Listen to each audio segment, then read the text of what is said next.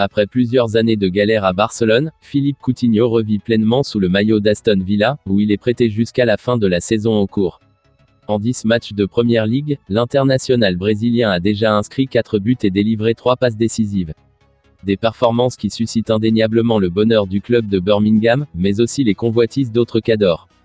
Pour s'offrir définitivement les services de Coutinho, Aston Villa devra payer son option d'achat qui est estimée à 40 millions d'euros. Un montant conséquent mais à la portée des Villans. En tout cas, l'attaquant de 29 ans fera tout pour faciliter son départ du FC Barcelone. En effet, Mundo Deportivo avance que Coutinho rendra les négociations aussi faciles que possible. Le principal obstacle reste tout de même son salaire très élevé, 15,4 millions d'euros par an. Le FC Barcelone, pour sa part, fera également tout son possible pour vendre dès cet été un joueur acheté à 120 millions d'euros en janvier 2018 et dont le contrat prend fin dans un an. À Birmingham, Steven Gerrard ne cache pas son envie de le conserver au-delà de son prêt. Je ne contrôle pas les frais de transfert ni les salaires. Tout ce que je peux faire, c'est donner mon avis. Phil a montré ce dont il est capable jusqu'à présent. Le Barça travaille déjà sur le prochain mercato, et les négociations avancent de bon train avec plusieurs joueurs. Selon Sport, l'attaquant de Leeds United Raphinha aurait trouvé un accord avec le club catalan pour un contrat en vue d'un transfert cet été. Les deux parties se seraient mises d'accord sur un contrat de 5 ans, ainsi que sur le salaire que percevra le Brésilien. Désormais, la direction barcelonaise doit trouver un accord avec Leeds sur une indemnité de transfert. Toujours selon Sport, Raphinha aurait assuré au Barça qu'il n'allait étudier aucune autre offre, alors que le Bayern Munich et plusieurs clubs anglais ont montré leur intérêt pour l'ailier virevoltant depuis plusieurs mois.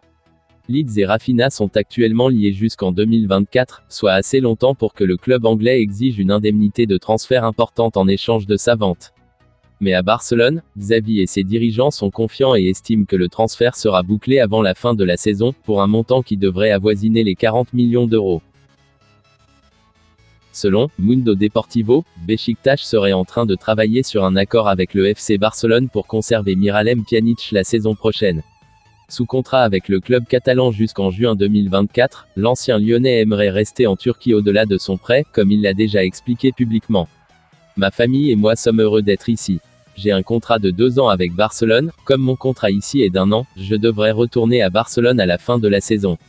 Il est trop tôt pour parler de ce qui se passera à l'avenir. J'aimerais rester à Beşiktaş, avait-il déclaré, dans une interview à Sport.